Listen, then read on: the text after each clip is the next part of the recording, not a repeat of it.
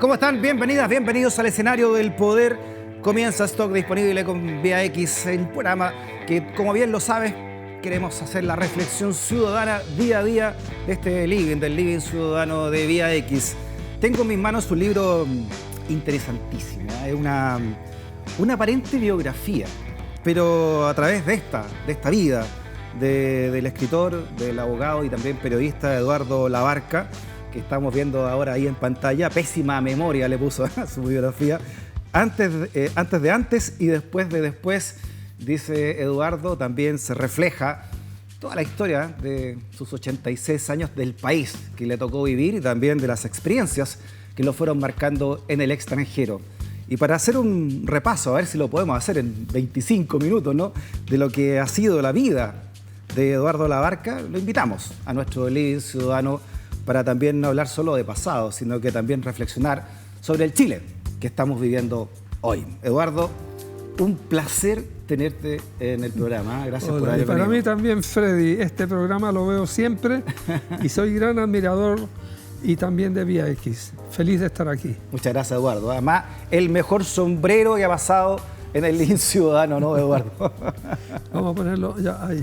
Oye, ¿qué significa, Eduardo, a los 86 años, después de haber vivido tanto, de haber conocido tanto, de haber recorrido tanto, animarte a hacer un libro de memoria, aunque tengas pésima memoria, sí, como dice el título, ¿no?, del libro? Es que en realidad no es un libro de memoria, es un balance de mi visión del ser humano, del mundo, de nuestro planeta, ¿ya?, de nuestro tiempo. Mi último libro fue la novela La rebelión de la Chora, de una trilogía sobre lanzas internacionales, aventureros chilenos que no estaban tratados en la literatura chilena. Terminé ese libro en el año 2019 y luego, encerrado con la pandemia, compuse este libro que es un balance de mi visión del mundo, de la humanidad que nos rodea. Hay ciertos recuerdos, episodios en que me ha tocado participar, pero si fuera un libro de memoria sería de este tamaño. No, aquí hay sobre todo reflexión. Claro, ahora un libro de pésima memoria en todo caso, sí, claro, como lo dice acá, ¿no? Claro, es pésima memoria en un planeta terrible, sí, terrible. Los seres humanos somos genios. Hace 150 millones de años pasamos a ser el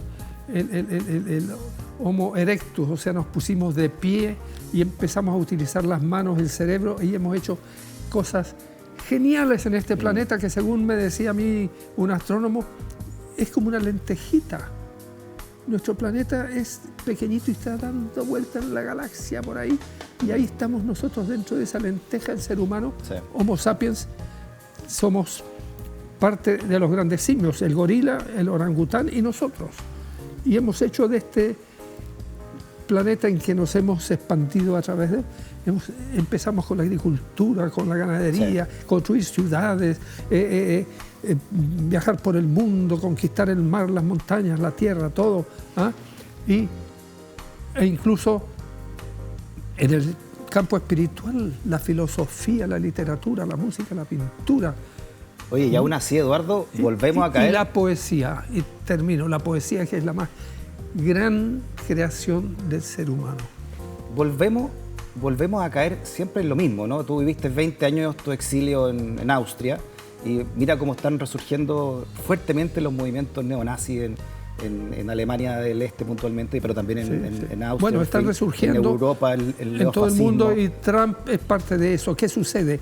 Que en este planeta, donde está toda la genialidad que me has referido, está toda la crueldad y la criminalidad del ser humano, que desde que nos bajamos de los árboles nos estamos matando unos a otros. Cada elemento que creamos lo hemos convertido en un arma, hasta llegar a los cañones, los acorazados, los aviones, las bombas, y la bomba atómica. Yo tenía 7 años cuando lanzaron la bomba atómica de Hiroshima y Nagasaki, con 60, con 200.000 muertos en Hiroshima y los lanzó una democracia, Estados Unidos, para terminar la guerra con Japón. Es guerra que ya estaba terminando, pero bueno. Otros dicen que era para probar efectivamente cómo era la bomba atómica, ¿no? Sí, entonces probaron la bomba atómica y de entonces el ser humano siempre ha estado en guerra. Perfecto. 60 millones de muertos en la Primera Guerra Mundial. 20 millones y luego 60 en la Segunda Guerra Mundial. 60 millones de seres humanos muertos por otros seres humanos. Eso yo quiero presentarlo en el libro, no solo es un planeta alegre donde lo pasamos de lo mejor. Y luego, ahora, como el planeta está en crisis, nosotros nos hemos apoderado de los animales, de los vegetales, de los bosques, todo, y éramos 2.000 millones cuando yo nací, ahora somos 8.000 millones, no cabemos. Y creciendo. Sí, y estamos creciendo, y el planeta ya no da más. Entonces, como el planeta no da más, surge un señor Trump que se da el lujo de desafiar los acuerdos de París, que consistían en reducir a 1,5 grados el aumento de la temperatura para que no se produzca el calentamiento y el cambio global catastrófico. Pues él desahució eso. Las normas que impedían perforar hidrocarburos en Alaska, las deroga. Entonces, así, y los gobiernos que están surgiendo de ese tipo, de ultraderecha, van todos en esa dirección, es decir, acabar con políticas sensatas, las migraciones. Ya. Las migraciones, ¿qué son las migraciones? Eduardo, disculpa que te interrumpa, pero tú, en este aparente pesimismo, ¿no? Es un libro escrito con mucha picardía, ¿no? Y de repente con mucha ironía también. Bueno. Vamos a rescatar algunos pasajes que me imagino fueron muy difíciles de elegir, ¿no? En tu vida. ¿Cómo elegiste puntualmente alguno de estas situaciones? Mira, en la noche que te fueron marcando? Pensaba, esto hay que ponerlo, y lo anotaba en un papelito y al día siguiente lo escribía. O sea, pero claro, eliminé muchísimo. Claro. Por ejemplo, tu mirada de Allende. ¿Qué opinión te deja el presidente? Mira, yo Allende lo conocí desde niño. ¿Sí? Sí, yo le decía tío porque mi papá se sacó la mugre trabajando por Allende durante 20 y tantos años, además ad honorem, generalmente sin ya. Y venía a mi casa, yo lo conocí y luego, yo estuve en todas sus campañas, primero como estudiante, como fui dirigente juvenil y luego como periodista. Viajé con Allende, por ejemplo, yo estuve corresponsal en Cuba. Allende estuvo más de un mes esperando que se aclararan las cosas electorales en Chile para el año 70 y nos juntábamos todos los días con Allende. ¿Ah, sí? ¿Lo entrevistaste también como periodista del siglo que era? Sí, algunas veces, pero más que nada, yo no era de muchas entrevistas, yo era más bien de captar, de hablar, conversar y luego hacer mi propia crónica. Y luego con Allende, como presidente, yo viajé en el avión presidencial, Perú, Colombia, Ecuador, luego a Argentina a la toma del mando del presidente Cámpora, y no iban todos los medios, iban 3 o 4 periodistas nomás. Ya. ¿Y tu impresión de Allende ahora? Mira, yo tengo una visión estupenda. Allende era un gran político, un político absoluto, todo lo manejaba políticamente, pero su gran problema era, él tenía dolor por el sufrimiento de la gente que sufría en Chile. Desde que era estudiante y desde que era médico joven, él se refería, escribió sobre la unidad madre-niño y el problema de los niños desnutridos que había. Y ojo, sigue habiendo niños desnutridos en Chile hoy, y que eso afectaba su desarrollo intelectual. Y entonces, era muy sensible. Por eso, cuando fue presidente, lo primero fue el medio litro de leche gratuito a todos los niños de Chile, lo que fue muy complicado, porque las vaquitas chilenas no daban eso, hubo que comprar leche en polvo en Nueva Zelanda, qué sé yo. Pero él veló para que todos los niños tuvieran el medio litro de leche. Entonces, a Allende le dolían los dolores del pueblo, y él era un reformista. Allende no era hombre de armas tomar, como en el sentido de lucha armada, nada. Él, a través de las elecciones, Él conocía todo Chile, recorrió todo Chile. ¿Ah? Sí. ¿Qué te parece, Eduardo, entonces, dentro de ese contexto, todo lo que está pasando ahora con la casa de Allende y la situación de Isabel Allende, su hija y su nieta Maya Fernández? De verdad, una tontería y descriterio, ¿ah? Pero yo creo que eso no afecta a Allende de ninguna manera. ¿Ah? No afecta a Allende. Allende, la verdad es que, claro, es una figura histórica. Los jóvenes de hoy no conocieron a Allende. Y bueno, yo tampoco conocía a O'Higgins. Entonces, claro, las figuras históricas van tomando una aureola. Pero Allende es un hombre, además, tenía una vida impecable. Tenía, bueno, en mi libro, mi biografía, que entre paréntesis tiene más de 500 páginas, que empieza desde el nacimiento de Allende en Santiago. Allende, hasta Isabel Allende, la senadora, dijo que había nacido en Valparaíso. No, nació en Santiago. ¿Ah? Yo estuve ahí en la Avenida España donde nació. En la escuela, en Tacna, en la ciudad peruana ocupada por Chile, donde trabajaba su papá. Allende era parte de los niños. Y hay una historia preciosa. Sí.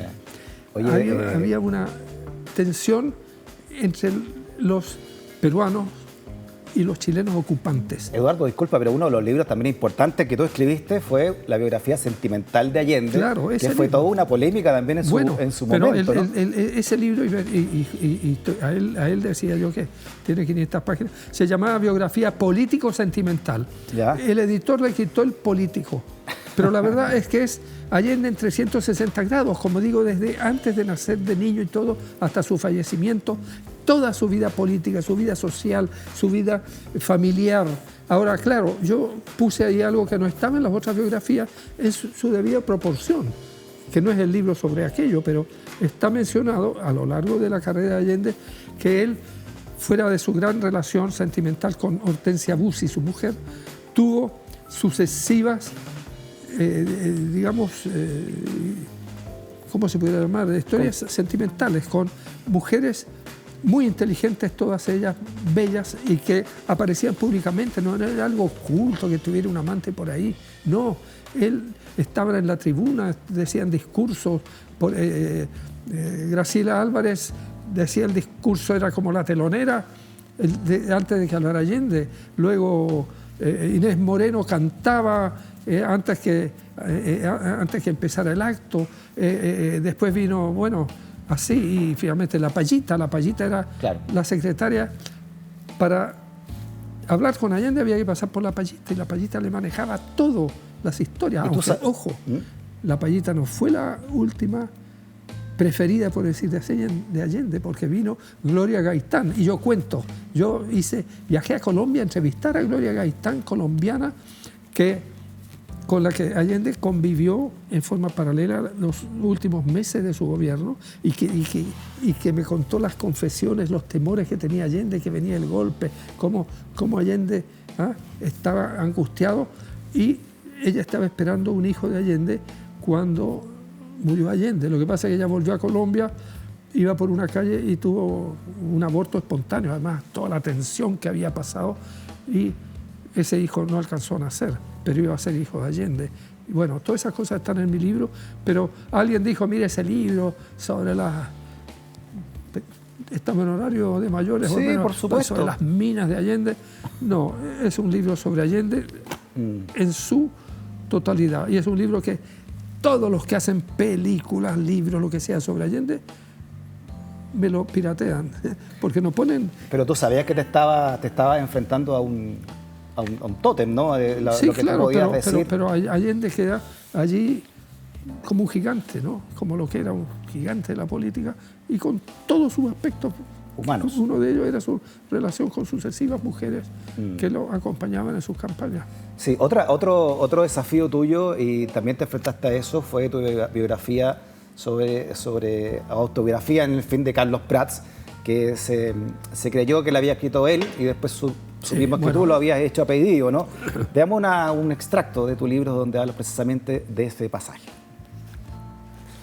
Dices, Eduardo, el proyecto de los hermanos mayores, al que nosotros nos incorporamos sin pensarlo dos veces, consistía simplemente en estrujar el nombre del general, ponerlo a pelear después de muerto como el Cid campeador, para allegar agua al molino político de la Unión Soviética y de nosotros, a quienes ellos llamaban los patriotas chilenos. Y sigue esto, dice: si el derecho a la vida de Prats había sido violado por sus asesinos, nosotros después de su muerte inventamos un Prats a nuestra medida.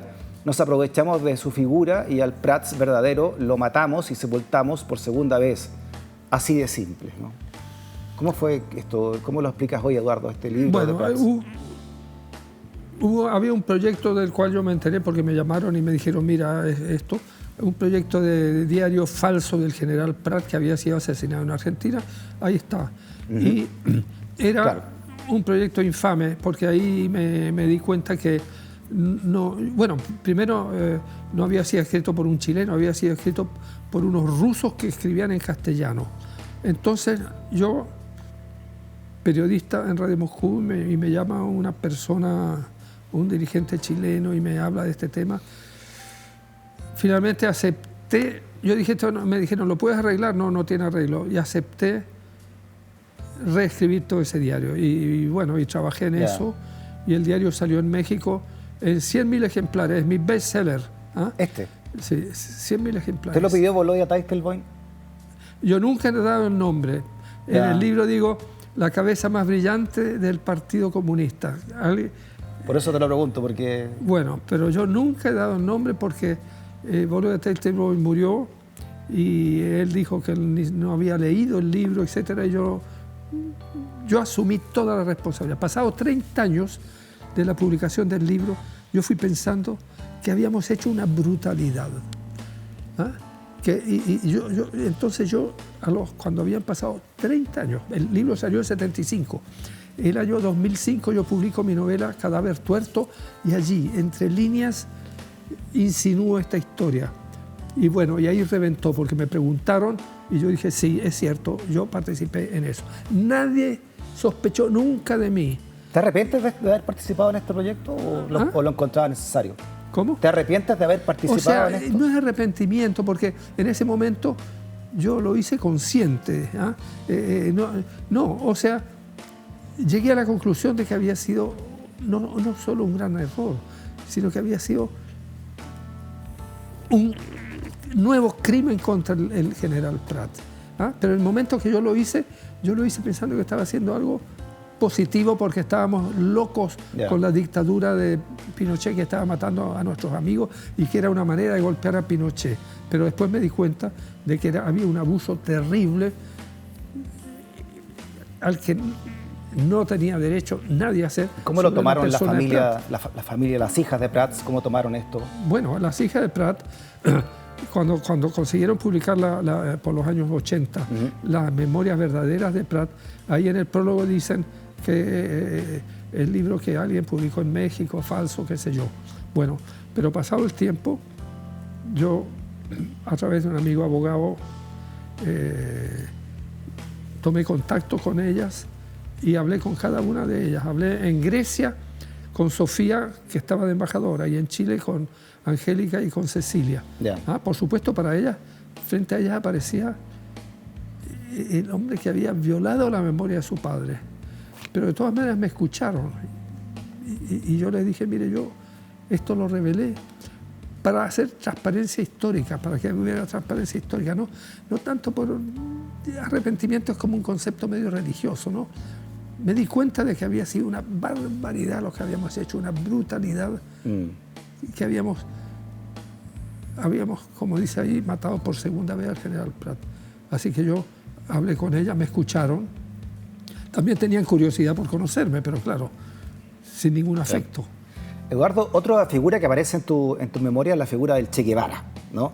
Veamos un extracto y nos cuenta, ¿no?, tu relación también con el legado del Che Guevara y básicamente todo lo que significó la muerte del Che Guevara en Bolivia y luego la escapada de 4 de sus personas que estaban cerca de su guerrilla a Chile, por el norte chileno, ¿no? Veamos lo que dice el extracto y nos cuentas esa experiencia. Dices: pero yo del Che no me libro fácilmente cuando después de su muerte 3 sobrevivientes de su guerrilla, tras una escaramuza con militares bolivianos, cruzan desde la frontera hacia Chile. Vuelvo a Arica como reportero, más no solo como reportero. Entre el Partido Comunista de Bolivia y el Partido Comunista de Chile cuyo diario El Siglo represento, existe un plan secreto para salvar a los fugitivos. Al segundo día nos enteramos por la radio de que los guerrilleros han ingresado a Chile más al sur, donde se han entregado a carabineros. Los veré en Santiago, flacos, desnutridos y con algunas cicatrices, cuando los presenten a la prensa en el cuartel de investigaciones. Ante la concurrencia les pregunto, ¿vende lana? Y el mulato Pombo, el cubano, ¿no?, me guiña el ojo. El cubano, uno de los tres que estaban ahí. Es interesante aquí las figuras de Allende y de Eduardo Frei, presidente de Chile, Eduardo Frei Montalva, porque este era un conflicto internacional con Estados Unidos en Guerra Fría, ¿no? ¿Qué hacer con estos tres guerrilleros del Che Guevara? Yo estuve en Bolivia cuando murió el Che Guevara, reporteando la guerrilla del Che Guevara. Y llegué a Valle Grande, donde mostraron su cadáver un par de horas después, cuando ya lo habían sacado, porque yo estaba en Camiri, donde había un proceso contra Regis Debray y otros que habían estado en la guerrilla del Che. Yo estaba cubriendo eso. Pero de la guerrilla del Che yo tengo la idea más clara. Fue un absurdo de los absurdos, ¿ah? Porque el Che Guevara instaló una guerrilla en un lugar de pequeños agricultores donde no había una lucha, no se le sumó ni una persona de la localidad, ¿ah? Pero él lo instaló ahí porque pensaba a partir de eso reunir a millones, un ejército y liberar a toda América Latina. Bueno, estaba bien. Entonces, el Che Guevara, bueno, terminó como se sabe, y yo analizo in extenso su personalidad. Lo tengo entre los exterminadores, porque el Che Guevara le dice en una carta a su padre: reconozco, padre, que me gusta matar. Sí, lo pone en tu libro, esa frase. Lo pone en su libro, es terrible. Y luego, en su carta a la Tricontinental, yo estaba en Cuba cuando se leyó la carta a la conferencia Tricontinental, él dice: los revolucionarios tienen que ser frías máquinas de matar. Ese es el Che. Bueno, pues cuando llegaron los tres guerrilleros, que nosotros los fuimos a buscar, pero no pasaron por donde estaba previsto, sino más al sur, porque tuvieron unas escaramuzas. Teníamos que decirle, ¿vende lana? Ellos iban a contestar, no, más arriba hay. Esa era la contraseña y quería decir que eran ellos. Bueno, cuando los presentaron en investigaciones, yo como periodista llego y todos preguntaban cualquier cantidad de cosas, y yo les digo, ¿venden lana? No, y ellos se rieron, y el jefe dijo, Urbano dijo, más arriba hay.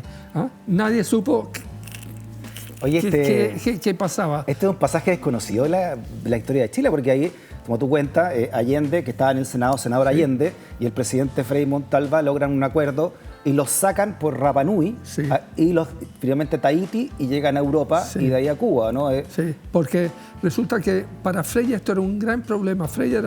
Frei mantenía una relación de amistad con Estados Unidos, pero bueno, existía la petición de que lo entregara. La CIA quería interrogarlos, porque quería averiguar toda esta historia de la guerrilla. Claro. Entonces, la CIA andaba detrás de estos guerrilleros. ¿Y qué pasaba? Si salían de Chile en un avión con destino a Cuba, el avión iba a pasar sobre Perú, sobre Argentina, sobre Bolivia, o qué sé yo, en algún momento, o iba a cruzar, y lo podían bajar, ¿no? Había gobiernos militares en casi toda América Latina, iban a bajar el avión para tomar a los guerrilleros y entregarlos a Estados Unidos, que Estados Unidos los estaba reclamando. En cambio, por el océano entonces, no se podía, ¿no? Y Frei no hallaba qué hacer, estaba complicado, ¿no? Entonces ahí vino Allende, propuso, se le ocurrió, que Allende era presidente del Senado, sacarlo por el Pacífico hasta Rapa Nui, Isla de Pascua. Y a Frei la idea le encantó porque le solucionó el problema. Entonces Allende voló con ellos en el avión LAN, que iba a Rapa Nui, que luego siguió hasta Tahití, y ahí se lo entregó al cónsul cubano, y de ahí Tahití, que es posesión francesa, volaron a Francia, donde De Gaulle les dio garantía de que los mandaba a Cuba. Y de Francia volaron a Cuba. Eduardo, nos quedan 2 minutos, pero quiero hacerte una pregunta, porque las nuevas generaciones no saben que tú también fuiste panelista en un programa importante de televisión durante la Unidad Popular, que se llamaba Hasta ahora se improvisa, el más importante programa de actualidad política del momento, y tú ahí representabas a la Unidad Popular, ¿no? Tú eras parte del Partido Comunista. En ese rol, y ahí estamos viendo imágenes con Jaime Guzmán, en fin, ¿no? Y tú estás ahí en este panel que dirigía Jaime Celedón, era el conductor de esto, estaba Julio Martínez, incluso me acuerdo, ¿no? Según algunas imágenes que hemos visto. Tu impresión primero de Jaime Guzmán y tu impresión también, a la luz de tus memorias, Eduardo, de la política y la izquierda chilena y de este gobierno puntualmente. Como si fueras un panelista de este programa de hace ya más de 50 años, ¿no? De Hasta Ahora Se Improvisa. Bueno, discutir con Jaime Guzmán era terrible porque era un hombre muy inteligente, con una gran cultura política, y además estas personas, él y Claudio Rego, padre del intendente actual, venían preparados con una serie de antecedentes, de hechos que yo no podía desmentir, que a la señora Juanita Narica no le vendieron un pollo porque era demócrata cristiana, que al no sé cuánto le dieron una paliza porque no apoyó a Allende. Bueno, entonces yo no podía desmentir. Hoy se conoce como fake news esa, ¿no? Claro, yo no podía desmentir. Luego, a veces en el programa siguiente desmentía, pero me tiraban otras 10. Pero Jaime Guzmán era muy inteligente, y en una reunión de esas que teníamos después del programa, yo estaba seguro que en Chile venía el socialismo duro, y le digo, bueno, Jaime, cuando aquí venga ya el socialismo, ¿para dónde te vas a ir? Y Jaime Guzmán me dijo, yo no me voy a ninguna parte, yo entro al Partido Comunista y los destruyo por dentro. Yo pienso que el asesinato de Jaime Guzmán fue un hecho muy, bueno, un crimen, ¿no? Pero además negativo para la política chilena, porque él era un hombre dialogante. Con él se podía dialogar. Él estuvo contra Manuel Contreras, el jefe de la DINA. ¿Ah? Él se opuso a Manuel Contreras, o sea, tuvo un conflicto con el peor aspecto de la dictadura. Además, fue el autor de esta constitución que permitió el plebiscito y la salida de Pinochet. O sea, Guzmán, si hoy día estuviera vivo, sería un aporte para la política chilena. Oye, Eduardo, se nos acabó el tiempo, podríamos estar hablando 3 días contigo, nos quedaron muchos temas afuera, ¿no? De haber sabido, por ejemplo, tu opinión de este gobierno, de la izquierda hoy, del Partido Comunista hoy, pero lo dejamos para otra conversación, y nada, invitarnos a leer entonces la pésima memoria de Eduardo Labarca, antes y después de después, también hay Editorial Catalonia. Eduardo, en nombre del equipo, muchas gracias por haber venido. Sí. Yo, como izquierdista eterno, voté por Boris, naturalmente. Y me cae bien este gobierno, a pesar de que no es el mejor de Chile, pero bueno. Muy bien, Eduardo. Muchas gracias por haber venido. Que estés bien. Adiós.